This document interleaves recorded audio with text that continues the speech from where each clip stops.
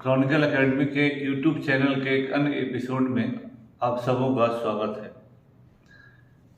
इस यूट्यूब के नए एपिसोड में हम लोग एक बहुत ही महत्वपूर्ण मुद्दे पर बात करने जा रहे हैं। इसमें सिविल सेवा में ह्यूमैनिटीज यानी आर्ट्स विषय के घटते हुए प्रतिशत पर हम लोग विचार करेंगे और किस तरह से संसद की अस्थायी समिति के द्वारा दिए गए रिपोर्ट में इस बात को रेखांकित किया गया है कि यूपीएससी के सिविल सेवा के एग्जामिनेशन में लगातार सोशल साइंस के बच्चों का भागीदारी लगातार घटता जा रहा है। और जो साइंस बैकग्राउंड के यानी इंजीनियर हैं, मेडिकल से जुड़े हुए लोग हैं, बीटेक, एमटेक या इस तरह के जो भी लोग हैं, विद्यार्थी हैं, उनका भागीदारी लगातार बढ़ता चला जा रहा है। इस पर संसदीय समिति ने भी बहुत ही गंभीर सवाल उठाए हैं, चिंता व्यक्त की है, क्योंकि इससे जुड़ा हुआ कई सवाल उठता है कि आखिर में IITians जो हैं, जो मेडिकल MBBS करने वाले लोग हैं या इस तरह की ऊंची डिग्री लेने वाले लोग हैं, क्यों IAS की तरफ, IPS की तरफ या इस तरह के नौकरियों की तरफ ज़्यादा लालायित होकर चले आ रहे हैं, जबकि IIT में या वहाँ से अगर नौकरी करने जाते हैं तो पे पर सैलरी सब बहुत ऊंचा होता है। लेकिन इस आकर्षण के पीछे भी बहुत सारा कारण है जो भारत के सामाजिक और आर्थिक बैकग्राउंड से भी जुड़ा हुआ है। लेकिन साथ ही साथ जब सरकार के द्वारा संचालित IIT मेडिकल इंस्टीट्यूशंस हैं, जिन्हें सरकार के द्वारा करोड़ों करोड़ अनुदान दिया जाता है और उन अनुदानों के आधार पर जो बच्चे पढ़ाई करते हैं तो वो सरकार का पैसा है। फिर जब वो क्वालिफाई कर रहे होते हैं तो बहुत सारे बच्चे नहीं क्वालिफाई करते हैं और वो इंजीनियरिंग करने गए, मेडिकल करने गए, सरकार के पैसे पर उन्होंने सब कुछ काम किया और अंत में उस इम्तिहान में चले आए जो जर्नलिस्ट के लिए बना हुआ। यानी यूपीएससी का जो सिविल सेवा का एग्जामिनेशन है वो जर्नलिस्ट एग्जामिनेशन कहलाता है, जबकि सभी टेक्निकल एग्जामिनेशन जो है वो स्पेशलिस्ट एग्जामिनेशन कहलाते हैं। यहाँ जर्नलिस्ट एग्जामिनेशन जो सिंपल ग्रेजुएट है, यूपीएससी का या बीपीएससी में परीक्षा देने वाले लोगों के लिए मिनिमम क्वालिफिकेशन क्या है, वो सिंपल ग्रेजुएट है। लेकिन उसमें आकर बड़ी संख्या में बीटेक करने वाले लोग, बीटेक करने वाले लोग, एमटेक करने वाले लोग, MBBS करने वाले लोग, MD करने वाले लोग, अच्छे डॉक्टर, इंजीनियर, ये सभी आके सिविल सेवा में IAS बन जाते हैं, IPS बन जाते हैं। तो उसका इस रिपोर्ट में क्या है, पहले उसको हम लोग देखेंगे और फिर अगले मुद्दे पर बातचीत करेंगे। अब देखिए कि अगर कोई डॉक्टर IAS बन जाता है तो हमारे देश में ऐसे भी डॉक्टर की कमी है और जितने डॉक्टर IAS, IPS बन रहे होते हैं या IFS बन रहे होते हैं, वो कई तरह से देश के संसाधनों का भी नुकसान पहुंचा रहे होते हैं। जब उन्होंने मेडिकल इंजीनियरिंग क्वालिफाई किया, इसका मतलब कि और बहुत सारे बच्चे छट गए। इन्होंने सरकार के द्वारा अनुदानित संस्थानों में पढ़ाई किया, यानी सरकार का पैसा जो एक अच्छे डॉक्टर के लिए लगना चाहिए, एक अच्छे इंजीनियर के लिए लगना चाहिए, उसका खर्च किया। लेकिन फिर वहां से वो चले आए जर्नलिस्ट एग्जामिनेशन में। अर्थात अगर वो अपने प्रोफेशन में रहते तो एक बड़ा डॉक्टर बन सकते थे, हजारों लाखों लोगों का जान बचा सकते थे। अगर वो अच्छे इंजीनियर बनते, देश के विकास में अपना योगदान देते, तो एक अच्छा तकनीकी जो वर्क फोर्स है उसका लॉस होता है। फिर सरकार के पैसा भी बेकार चला गया, क्योंकि आप तो आ गए जर्नलिस्ट में। फिर आपने जब क्वालिफाई किया तो जो बच्चा बेचारा रह सकता था डॉक्टर इंजीनियर के तौर पर, उसके कैरियर को भी आपने स्पॉइल कर दिया। तो यहाँ तो 3 तरह से घाटा है। लेकिन सरकार की चिंता सबसे बड़ी ये है कि अगर इस तरह से टेक्निकल लोग जर्नलिस्ट एग्जाम में जाने लगे, जर्नलिस्ट परीक्षाओं को देने लगे, पास करने लगे, तो ये भारत देश का एक टेक्निकल उपयोगी ह्यूमन रिसोर्सेज का लॉस भी होता है। तो एक जो चिंता है सरकार की कि वो उच्च दर्जे के जो डॉक्टर हो सकते थे, इंजीनियर हो सकते थे, भारत उनको लगातार खो रहा है, क्योंकि उन लोगों में यूपीएससी सिविल सेवा का आकर्षण उनके सिर पर चढ़कर बोल रहा है। तो पहला जो सरकार के लिए चिंता की बात यह है। दूसरा नंबर कि देखिए, जो पर्सनल विभाग है, पब्लिक ग्रीवांस है, लॉ मिनिस्ट्री है, जस्टिस मिनिस्ट्री है, इन सबों से संबंधित विभागों ने भी इस पर चिंता व्यक्त की है और उन्होंने कहा है कि यह एक चिंतनीय ट्रेंड भारत के नौजवानों में देखा जा रहा है कि वो समान इम्तिहानों की तरफ बहुत ज़्यादा तेजी से जा रहे हैं। अगर हम ये सब बातें समिति ने भारत सरकार के भर्ती संगठनों के कामकाज की समीक्षा विषय पर अपनी 131वीं रिपोर्ट में सारी बातें इन्होंने कही।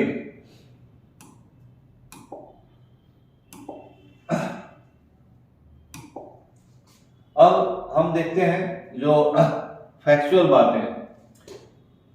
2020 में 833 लोगों का सिलेक्शन हुआ। इसमें 541 जो अभ्यर्थी थे, यानी उसका 65% इंजीनियरिंग बैकग्राउंड से थे, है ना। कुल 833 में आउट ऑफ 833 541 यानी अराउंड 65% अभ्यर्थी इंजीनियरिंग थे, और उनमें अन्य जो 33% थे वो मेडिकल क्षेत्र से थे। इन लोगों में 541 में। इस रिपोर्ट के अनुसार 2011 से 2020 के बीच जो भी सिविल सेवा का आयोजन हुआ है, उसके अनुसार 2011 में इंजीनियरिंग बैकग्राउंड से बच्चों की संख्या 46% थी, है ना। ये संख्या 46% थी,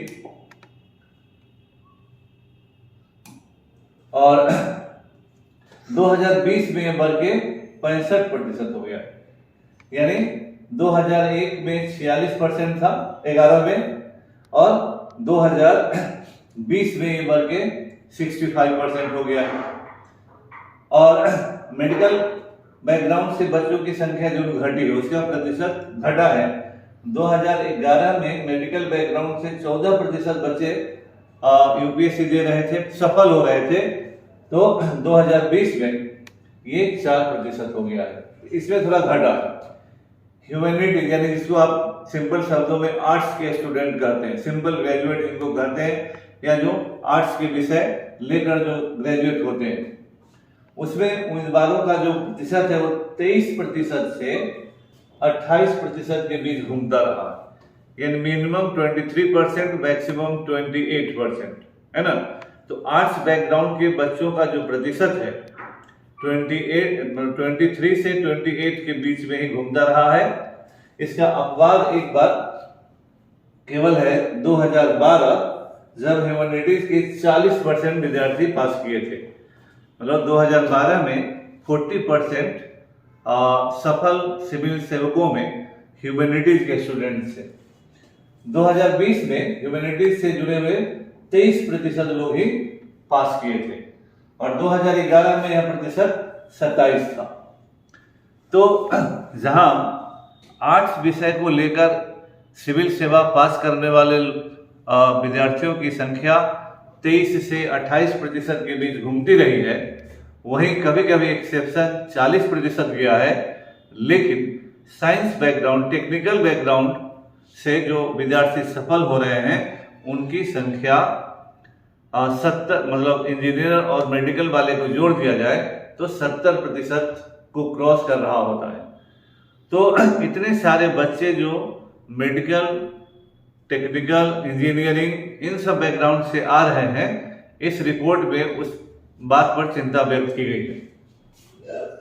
दूसरा जो पक्ष है कि इस समिति ने यूपीएससी के सभी चयन प्रक्रियाओं का जो ड्यूरेशन है, सामान्य तौर पर जो लगभग 1 साल का होता है, उसे घटाने का सुझाव दिया है और कहा है कि इसे लगभग 6 महीने में पूरा कर लिया जाना चाहिए। 6 महीने में भी अगर पूरा होता है तो यह कैसे लोगों के लिए फायदेमंद होगा, इस आसानी से आप समझ सकते हैं।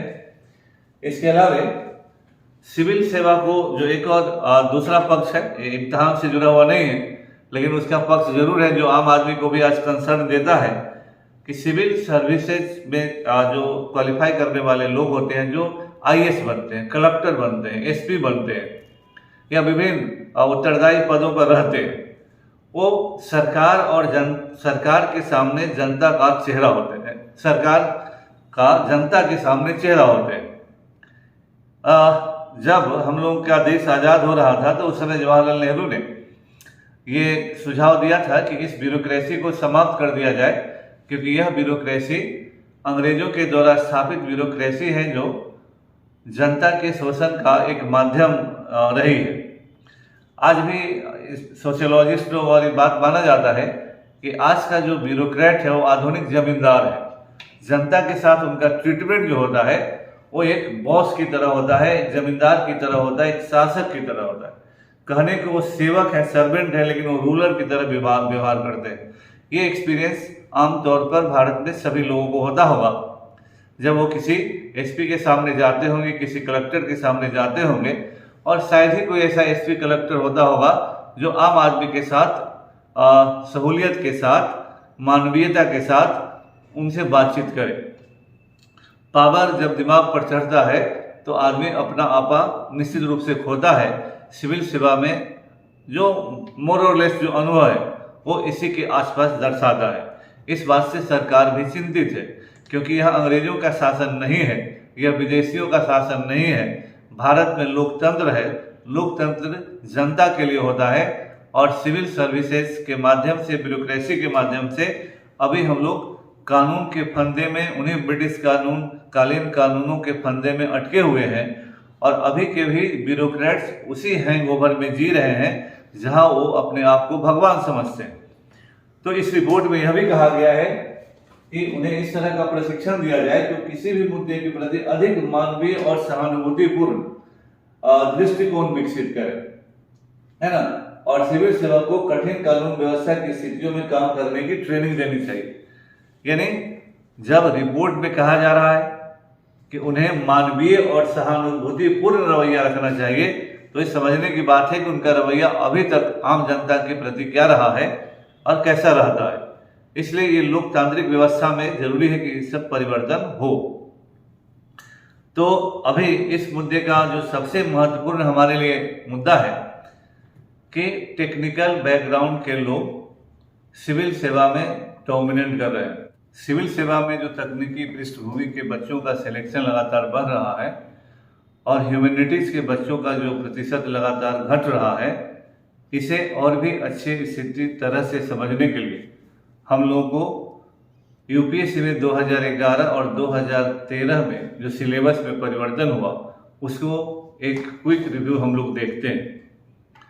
विशेषकर हिंदी माध्यम के बच्चों के लिए 2011 और 2013 का परिवर्तन वाटरलू साबित हुआ है। बहुत ही इस पूरे सिस्टम में परिवर्तन का एक बहुत ही महत्वपूर्ण समय है। पहले इसको देखते हैं।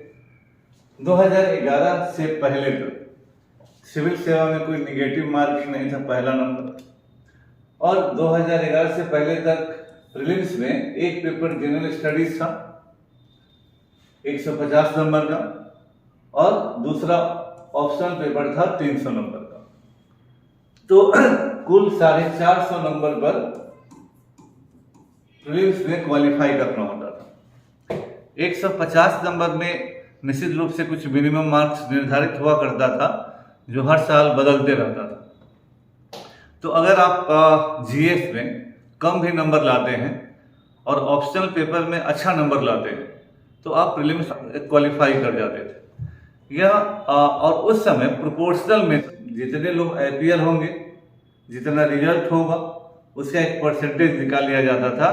इसलिए हर विषय का क्वालिफाइंग मार्क्स अलग अलग हो जाता था, और ह्यूमैनिटीज के लोग प्रायः अच्छा परफॉर्म करते थे क्योंकि वो विषय को बहुत बढ़िया से पढ़ जाते थे, रट्टा मार लेते थे, जो भी हुआ समझ गए, और ज़्यादा से ज़्यादा लोग उसमें क्वालिफाई कर जाते थे।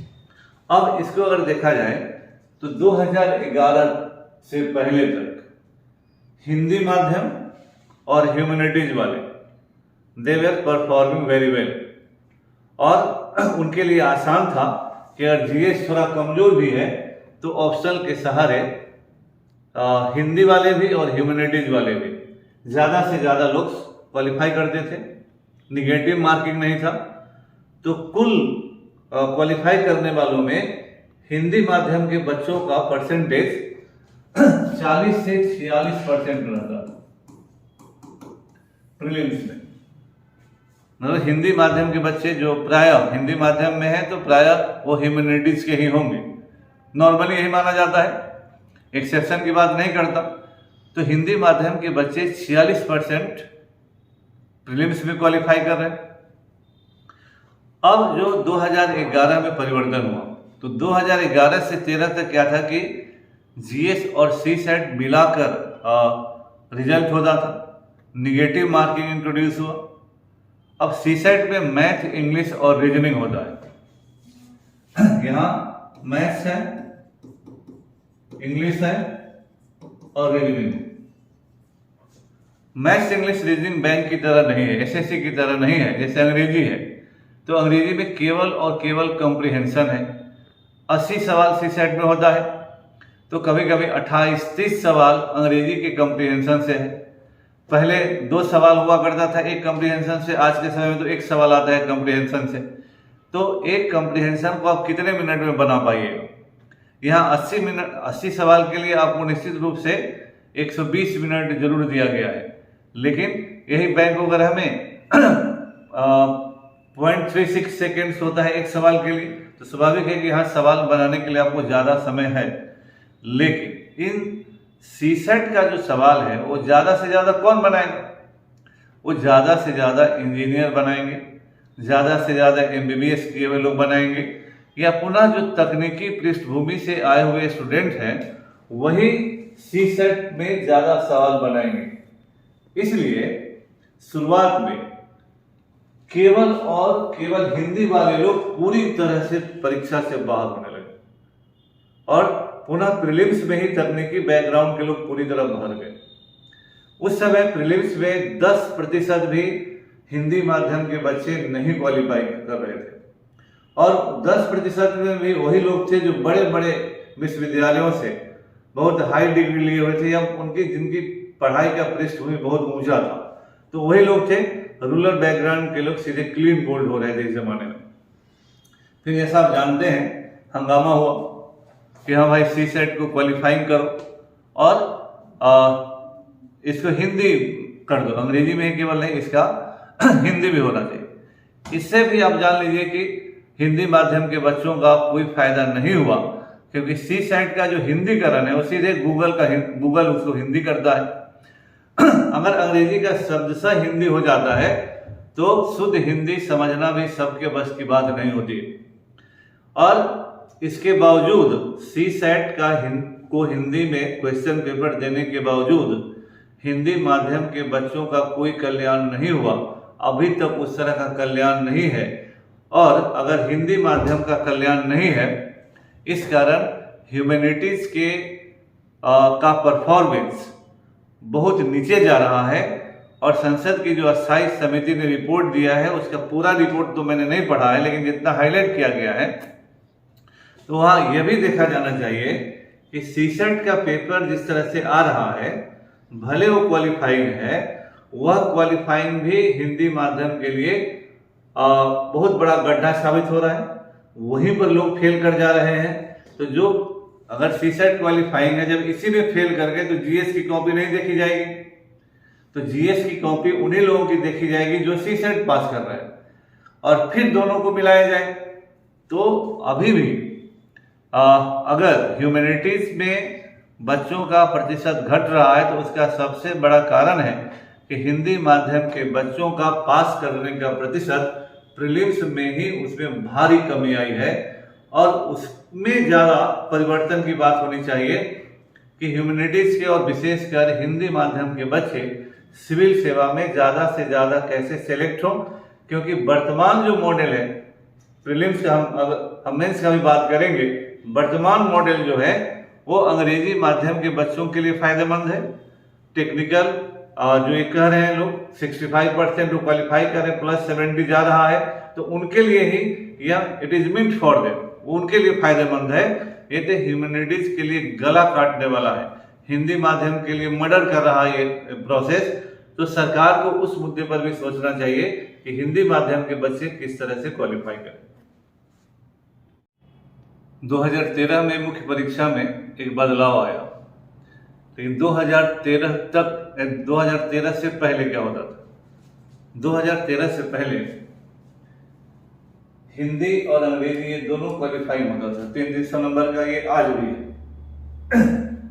उस समय जीएस जो था वो 2 पेपर था, 300 नंबर का, यानी 600 नंबर का जीएस था, और ऑप्शनल 2 होता था, और उसमें 600 नंबर होता था। तो हिंदी माध्यम के जनरल जो बच्चे ऐसे जो सामान्य तौर पर है, वो जीएस में या हिंदी माध्यम के बच्चे अगर हिंदी और अंग्रेजी की तुलना करें तो हिंदी माध्यम के बच्चों का जीएस में जो परफॉर्मेंस होता था वो थोड़ा कम होता था, उसमें कम नंबर मिला। उसका भरपाई वो ऑप्शनल में करते थे। ऑप्शनल पेपर जो उनका थोड़ा मजबूत होता था, और ऑप्शनल में बहुत ज़्यादा जो इंजीनियर डॉक्टर उतना ज़्यादा दोनों पेपर तो ऐसा लेंगे नहीं, कोई कोई लेता होगा। लेकिन ये जो 2 पेपर है हिंदी माध्यम के बच्चों के लिए, उसको अपना लेवल अप करने का माध्यम होता था ये ऑप्शनल पेपर। तो जीएस में अगर कम आया तो ऑप्शनल पेपर से वो उस गैप को ब्रीच करने का प्रयास करते थे। इसके कारण पुनः मैं कह रहा हूं कि हिंदी माध्यम में जो मैक्सिमम बच्चे होते हैं वो आर्ट्स बैकग्राउंड के होते हैं। अंग्रेजी माध्यम में आर्ट्स बैकग्राउंड के भी होते हैं, लेकिन जो टेक्निकल स्टूडेंट होते हैं वो सभी के सभी 99.99% जैसा हम 100% भी हो सकता है, वो अंग्रेजी माध्यम के होते हैं। तो अंग्रेजी और हिंदी में जो गैप है उसको आप दूसरे तरह से भी देख सकते हैं कि टेक्निकल वर्सेज नॉन टेक्निकल भी है ना। नॉन टेक्निकल भी जेएनयू ड्यू से जो पढ़े वो तो अंग्रेजी माध्यम से ही देते हैं, या बहुत सारे जो अंग्रेजी के लोग हैं अंग्रेजी माध्यम से ही देते हैं। लेकिन हिंदी माध्यम से देने वाले अधिकांश बच्चे ह्यूमैनिटीज के होते हैं। तो उनके लिए ये मेंस में ऑप्शनल पेपर लेवल प्लेइंग के लिए एक बहुत बड़ा रोल प्ले करता था। इसलिए 2011 से पहले तक हिंदी माध्यम के बच्चों का यह एक तरह से स्वर्णिम पीरियड कहलाया है सिविल सेवा के इतिहास में। तो लेकिन उसके बाद जैसे ही सीसेट आया और डूब गया, और मेंस में भी जब तक ये स्थिति रही लोगों ने लेवल प्लेइंग किया। लेकिन 2013 में भारी बदलाव आया। 2013 आप सबों से गुजारिश है कि हमारा जो यूट्यूब चैनल है Chronicle academy, CHRONICLE Chronicle ACADEMY Chronicle academy, इसे आप सब्सक्राइब करें, शेयर करें और लाइक करें। हम लोग इस तरह के इंफॉर्मेटिव वीडियोस आपको लगातार देते रहेंगे। और दूसरा है कि हम अभी 1 से 2 दिन के अंदर में हम लोग यूपीएससी मेंस ऑप्शनल के लिए हिस्ट्री ऑप्शनल की शुरुआत कर रहे हैं। हिस्ट्री ऑप्शनल यूपीएससी के लिए सबसे महत्वपूर्ण वैकल्पिक विषयों में एक है, और असल में वो विषय ही पढ़ाने में थोड़ा ज़्यादा आनंद भी आता है। तो ऑप्शनल के लिए जब आप हिस्ट्री पढ़ते हैं तो आप जीएस को भी मजबूत कर रहे होते हैं, प्रीलिम्स में भी। मेंस में पेपर 1 तो 70% हिस्ट्री बैकग्राउंड का है। फिर अगर पेपर 2 में भी आप जाते हैं तो आईआर का भी एक पोर्शन होता है जो 1964 तक हम हिस्ट्री पढ़ते हैं ऑप्शनल में। इंडियन हिस्ट्री और वर्ल्ड हिस्ट्री तो बैकग्राउंड का काम करता है, और पॉलिटी में भी हिस्टोरिकल बैकग्राउंड जो एक्ट्स हैं वो हिस्ट्री में भी है।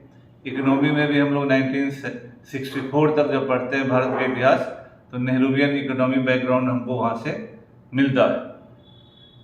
तो जितने लोग हो वो सब्सक्राइब करें, और कोई भी क्वेरी हो तो हमारा नंबर है 9334102329, स्क्रीन पर भी आता रहेगा। अब हम लोग आगे चलते हैं।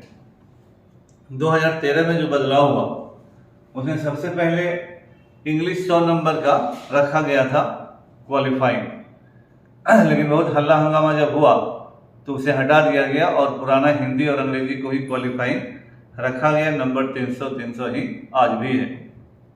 लेकिन जिस पर आपको मेंस क्वालिफाई करना है उसमें जो परिवर्तन हुआ यह भी हिंदी माध्यम और आर्ट्स वालों के लिए बहुत अनुकूल नहीं रहा। इस कारण भी जो संसदीय रिपोर्ट कह रही है वो ह्यूमैनिटीज के बच्चों का परफॉर्मेंस थोड़ा लो हुआ, उससे प्रभावित हुआ और हिंदी माध्यम वालों का भी निर्णायक डिसाइसिव तरीके से प्रभावित होता है। इसमें 250 नंबर ऐसे, ये जरूर है कि जैसे उत्तर प्रदेश या जैसे जगहों में ऐसे लिखने की एक बड़ी परंपरा रही और हिंदी बहुत मजबूत रहा है, तो ऐसे एक लेवल प्लेइंग है। उसमें नहीं कहना है कि हाँ हिंदी और अंग्रेजी में बहुत ज़्यादा का अंतर है, लेकिन वो एक लेवल प्लेइंग है। लेकिन जो बड़ा अंतर आया वो था जनरल स्टडीज के नंबर में। जब पहले के ज़माने में ऑप्शनल पेपर 1200 नंबर का होता था और जीएस 600 नंबर का होता था, यानी जीएस से ऑप्शनल 2 गुना नंबर का होता था, वो अनुपात बदल गया। अब जीएस 1000 नंबर का हुआ और ऑप्शनल 500 नंबर का हुआ। जीएस में हिंदी और अंग्रेजी में फिर से एक बड़ा गैप होता है, 150 नंबर का लगभग गैप हो जाता है। तो पहले जो हिंदी माध्यम वाले थे वो ऑप्शनल के बदौलत जीएस के गैप को पूरा करने का प्रयास करते थे, लगभग होता भी था। जो एक पुराने वीडियो में मैंने भी कहा दिया है और भी लोगों ने दिया है कि जीएस का जो नंबर का गैप था उसे ऑप्शनल में हिंदी माध्यम के लोग नजदीक तक पहुंचते थे और इसीलिए इंटरव्यू में जाते जाते जो हिंदी और अंग्रेजी का बहुत ज़्यादा गैप आजकल हो रहा है वो गैप नहीं रहता था। लेकिन अब हो गया उल्टा, जीएस में जीएस 1000 नंबर का हो तो जीएस में हिंदी और अंग्रेजी माध्यम के बच्चों के बीच जो आंकड़े हैं, जो और किसी वीडियो में डिस्कस हुआ है, आंकड़ा बहुत ज़्यादा गैप कर देता है। तो अगर आपको लगभग 150 नंबर का गैप हो जाए 4 पेपर में, तो उस गैप को कहाँ से कोई पूरा करेगा? ऑप्शनल में, जहाँ 500 नंबर का ही ऑप्शनल है, वो गैप नहीं पूरा होता। इस परिवर्तन के बाद क्या हुआ कि ह्यूमैनिटीज के बच्चों का और विशेषकर हिंदी माध्यम के बच्चे के मार्क्स में और अंग्रेजी माध्यम के बच्चे के मार्क्स में भारी गैप आया। और सीसेट के बदौलत, जहाँ सीसेट के कारण जहाँ हिंदी माध्यम के बच्चे प्रीलिम्स में ही 10% के रेंज में आ गए 46% के बदले, तो स्वाभाविक है कि फाइनल क्वालिफाई करने में 2% के आसपास आ जाएंगे। तो जो 2% जो इतना ज़्यादा घटा उसमें ह्यूमैनिटीज का बड़ा योगदान है, क्योंकि हिंदी माध्यम वाले बच्चे नॉर्मली ह्यूमैनिटीज लेते हैं। जब उनका भी प्रतिशत घटा तो टोटल में देखिए बहुत ही चालाकी पूर्वक इस रिपोर्ट में 2011 के बाद के परफॉर्मेंस का ही जिक्र किया गया है, 2011 के पहले का नहीं। तो चालाकी हो या उनका मापदंड हो हम नहीं कह सकते, लेकिन फिर भी 2011 के बाद ह्यूमैनिटीज की परफॉर्मेंस में कमी आई है। उसका सबसे बड़ा कारण हिंदी माध्यम के बच्चों के सिलेक्शन में आई भारी कमी है। इसीलिए सरकार का जो रवैया है ये होना चाहिए, और इंटरव्यू में भी हिंदी माध्यम के बच्चों का नंबर कम आता है। जो एवरेज यूपीएससी देता है, जो नंबर आता है उसके अनुसार जो एक आइडिया लगाया गया है। तो इसीलिए हिंदी माध्यम अगर टेक्निकल लोग बढ़ रहे हैं, उसका बड़ा कारण है कि ह्यूमैनिटीज के लोग घट रहे हैं। इसलिए क्योंकि हिंदी माध्यम के बच्चों के सिलेक्शन का जो संख्या है वो एग्जामिनेशन में हुए इस परिवर्तन के कारण भारी संख्या में घटा है। यह तो सिस्टम का दोष है, लेकिन इसके आगे ह्यूमैनिटीज पढ़ने वाले, ह्यूमैनिटीज पढ़ाने वाले का भी दोष है। अब हम दूसरे पक्ष पर भी आते हैं, क्योंकि केवल दूसरे पर दोषारोपण करने से भी नहीं होता है, सेल्फ इंट्रोस्पेक्शन भी करना जरूरी होता है। ह्यूमैनिटीज में जो परसेंटेज ऑफ सक्सेसफुल स्टूडेंट्स हैं वो सबसे ज़्यादा अंग्रेजी माध्यम के लोग हैं। अंग्रेजी माध्यम के वो लोग हैं जो DU में पढ़े, JNU में पढ़े या इस तरह के बड़े बड़े संस्थानों में पढ़े जहाँ पढ़ाई का लेवल बहुत ऊंचा है। वो टेक्स्ट बुक पढ़ते हैं, उनको बहुत अच्छे शिक्षक पढ़ाते हैं, उनका आउटलुक इंटरमीडिएट से ही बढ़ जाता है। ग्रेजुएशन जाते जाते अगर जो लड़का बच्चा DU में पढ़ता है उसको पढ़ना पड़ता है सीरियसली। हमारे यहाँ सरकार को नियम बनाना पड़ता है कि 2 दिन या 15 दिन स्कूल कॉलेज नहीं गए तो नाम काट देंगे, अर्थात लोग स्कूल या कॉलेज जाने का जहमत नहीं लेते। यह हमारे शिक्षा व्यवस्था की गुणवत्ता पर भी सवाल उठाता है। यह इन चीज़ों से अंग्रेजी माध्यम के लोग ह्यूमैनिटीज के ही नहीं प्रभावित होते। इस कारण से हिंदी माध्यम के जो ह्यूमैनिटीज लेकर विभिन्न परीक्षाओं का देने का प्रयास करते हैं वो सबसे ज़्यादा बुरी तरह से प्रभावित होते हैं। स्कूल में अच्छे से पढ़ाई नहीं हुई हिंदी माध्यम, कॉलेज में अच्छे से पढ़ाई नहीं हुई हिंदी माध्यम में, और वो सिविल सेवा की तैयारी करने चल पड़ते हैं। अब जब वो बाजार में जाते हैं तो बिहार में अगर रहते हैं तो सबसे सस्ता माध्यम खोजते हैं। अब तो गरीबी का व्यापार शिक्षा में भी आया है। गरीबी के नाम पर करोड़ों लोगों को पढ़ाकर आप कह रहे हैं कि हम गरीबों की सेवा कर रहे हैं। आप गरीबों की सेवा नहीं कर रहे हैं, आप हिंदी माध्यम के बच्चों का गला काट रहे हैं। आज न कल, आज भले न समझ में आए, आज मेरी बातें खराब लग सकती है, लेकिन इस यूट्यूबर्स के दौर में, वन लाइनर के दौर में, मस्खरों के दौर में, चुटकुला कहने वाले के दौर में, इंटरटेनमेंट के दौर में पढ़ाई इंटरटेनमेंट हो चुका है। और ये सबसे ज़्यादा हानि हिंदी माध्यम के बच्चों का कर रहा है, और इन दैट वे ह्यूमैनिटीज के बच्चों का कर रहा है। आप सिविल सेवा की तैयारी करते हैं, 5-5 हज़ार बच्चे एक साथ पढ़ते हैं। क्या पढ़ते हैं आप ही समझ सकते हैं।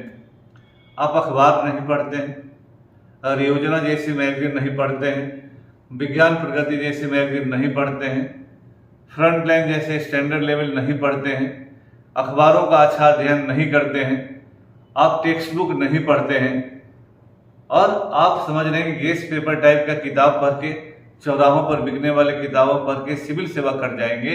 ये संभव आज के दौर में नहीं है। सिविल सेवा में देश भर के सर्वश्रेष्ठ संस्थानों से पढ़े हुए लोग इम्तहान दे रहे होते हैं। जहां तक स्टेट सिविल सर्विसेज का सवाल है, आज 2 बार से लगातार 1 to 10 इंजीनियर हो रहे हैं। यूपीएससी में फेल विद्यार्थी ज़्यादा से ज़्यादा यहाँ पर पास कर रहे हैं। इसका मतलब समझना होगा। और सबसे ज़्यादा हानि में फिर कह रहा हूँ कि बिहार के हिंदी माध्यम के बच्चों का हो रहा है, जो सीरियस पढ़ाई से दूर हो जाते हैं। सवाल कठिन आता है तो धरना प्रदर्शन करते हैं और कहते हैं चोरी हुआ, बेईमानी हुई। होता होगा, हम नहीं जानते चोरी होता है कि नहीं, बेईमानी होता नहीं, लेकिन आप जिस लेवल का पढ़ाई कर रहे हैं उससे अब तो जब शिक्षक की परीक्षा में आपको इतना परेशानी हो रहा है तो सिविल सेवा की बात तो जाने दीजिए। इसलिए अपना भी देखना है कि ह्यूमैनिटीज के बच्चे जो हिंदी माध्यम के बच्चों का दोष नहीं, उनको जो पृष्ठभूमि मिल रहा है, उनको जो बैकग्राउंड मिल रहा है, उनको जो शिक्षक मिल रहे हैं, और पैसे के बदौलत विज्ञापन के दौर में जहां लोग अपना दिमाग तक नहीं लगा रहे हैं कि कोई कोचिंग 1 साल में 200-250 रिजल्ट दे रहा है, 150-200 रिजल्ट दे रहा है, और फोटो चिपकाए हुए अभी पैदा हुआ है, तो विज्ञापन और पैसा, कोचिंग की दुनिया को लोगों ने कैपिटलिस्ट ओरिएंटेड दुनिया बना दिया है, कॉरपोरेट में बदल दिया है। पैसा बोल रहा है, पैसे से खरीदे विज्ञापन बोल रहे हैं। अभी अभी कल के दिल्ली के दैनिक जागरण में छपा है, कई कोचिंग संस्थानों पर जुर्माना हुआ है। 25 कोचिंग संस्थानों को नोटिस किया गया है कि उन लोगों ने फेक रिजल्ट देकर बच्चों को मिसगाइड किया है, गार्जियंस को मिसगाइड किया है। दैनिक जागरण के, कल के और विभिन्न सोशल मीडिया पर भी ये खबर फेसबुक या अन्य जगहों पर उपलब्ध है। तो इस तरह का व्यापार करके इन सभी चीज में हानि किसका होता है? सबसे ज्यादा हानि हिंदी माध्यम के बच्चों का होता है। वो एक ललक के साथ वो उस दुनिया से निकलकर एक नई दुनिया में प्रवेश करना चाहते हैं, लेकिन रास्ता ही भटक जा रहे हैं, भटका दिया जा रहा है। सिविल सेवा आसान चीज नहीं है। जब आप देश भर के सर्वश्रेष्ठ संस्थानों में पढ़े, आप जब देख रहे हैं कि IITs दे रहे हैं, मेडिकल MBBS दे रहे हैं, MBA करने वाले लोग दे रहे हैं और देश के सबसे अच्छे संस्थानों में पढ़े हुए बच्चे दे रहे हैं, वहां आप हंसी मजाक मस्खरे वाले लोगों से पढ़कर कर सिविल सेवा देंगे। फिर सिविल सेवा की पढ़ाई आप चाहते हैं 3 महीने और 6 महीने में हो जाए। अरे आपका बैकग्राउंड है और 3 महीने 6 महीने वाले कोर्स को कर लेने का। इसीलिए अपना भी ध्यान दीजिए। हिंदी माध्यम के बच्चों से मेरा विशेष अपील है कि इस दौर में, यूट्यूबर ऑनलाइन के दौर में सबसे ज्यादा विक्टिमाइज्ड आप हो रहे हैं, सबसे ज्यादा हानि आपको हो रही है। ये सरकार का रिपोर्ट जो है, ये मेरा रिपोर्ट नहीं है। अगर ह्यूमैनिटीज में सफल होने वाले लोगों की संख्या घट रही है तो उसका सबसे बड़ा कारण है हिंदी माध्यम के बच्चों का परफॉर्मेंस यहाँ बहुत ही लो चला गया है। और ह्यूमैनिटीज के जो बच्चे पास कर रहे हैं वो ज़्यादा से ज़्यादा अंग्रेजी माध्यम के हैं। इसलिए हिंदी माध्यम के बच्चे जो बिहार, चूँकि हम लोग बिहार में है, यूपी में है, इधर के जो हिंदी बेल्ट के बच्चे हैं उनको इस बात को समझना होगा और अब इस बिछाए गए जाल से थोड़ा निकलिए, जो आपको एक आभासी दुनिया में ले जाता है कि हम IAS करवा देंगे, हम ये करवा देंगे। तो अपने साथ पढ़ने वाले बच्चों में से देखने का प्रयास कीजिए कि कौन सा बच्चा IAS पास किया है। इसलिए यहाँ का सबका एक कंक्लूजन यही है कि अगर UPSC में ह्यूमैनिटीज के बच्चों का परसेंटेज 23 से 28% है, उसका सबसे बड़ा कारण हिंदी माध्यम के बच्चों का बड़े पैमाने पर इसमें असफल होना है। पढ़ाई की गुणवत्ता में भारी कमी आई है और उसके लिए हम बच्चों को नहीं कहेंगे कि बच्चे तो बच्चे हैं, लेकिन सबको, गार्जियन और बच्चे दोनों को इस बात को समझना है, दिमाग लगाना है कि हाँ, जो 2 साल 3 साल से कोचिंग खुला है वो 200 और 400 रिजल्ट कैसे देता है, और आप वहाँ जाते हैं तो आपका सबसे बड़ा हानि हो रहा है हिंदी माध्यम के बच्चों का। इसलिए मेरा अपील है कि हिंदी माध्यम के बच्चे, आप अपने ही भविष्य के लिए, आप दूसरे के भविष्य को नहीं बिगाड़ रहे, बना रहे हैं। जीवन आपका है, पैसा आपका है, समय आपका है, गार्जियन का कमाया हुआ पैसा आपका है। इसलिए ये यूपीएससी के संदर्भ में सरकार के अस्थायी समिति का रिपोर्ट है, मेरा रिपोर्ट नहीं। इस चीज को ध्यान दीजिए, समझिए और तब फिर आगे बढ़िए। धन्यवाद।